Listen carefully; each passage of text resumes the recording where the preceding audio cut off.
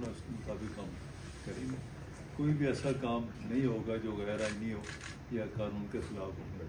میں اس موقع پر میں سمجھتا ہوں کہ سب سے پہلے تو اللہ تعالیٰ کی ذات کا شکر ادا کروں اور پھر اس کے بعد میں وزیر اعظم پاکستان کا بھی مشکور ہوں اور آصف علی زرداری صاحب کا بھی مشکور ہوں کہ انہوں نے میرے پہ اعتماد کیا اور دونوں ملک کے جو بڑے لیڈرز ہیں ان کا ایک کنسنسس کا فیصلہ تھا, ہم اس سے آگے چل رہے ہیں. اور آپ یہ دیکھیں انشاءاللہ تعالیٰ پاکستان کے جو چیلنجز ابھی آنے والے ہیں, جو ابھی ہیں, اور بہت سارے ایشوز ہیں جو پینڈنگ ہیں.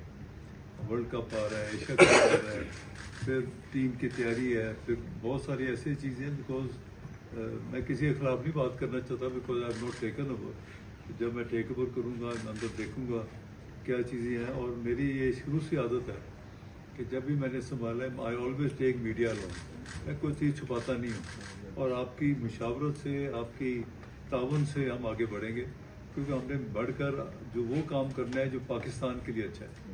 نیت ہماری صاف ہے اور اللہ تعالیٰ کی مہربانی سے ہم ایسے کام کریں جو اپنے وطن عزیز کے لیے صاحب کی جو پرائرٹیز ہیں ڈیفینیٹلی جس طرح آپ نے کہا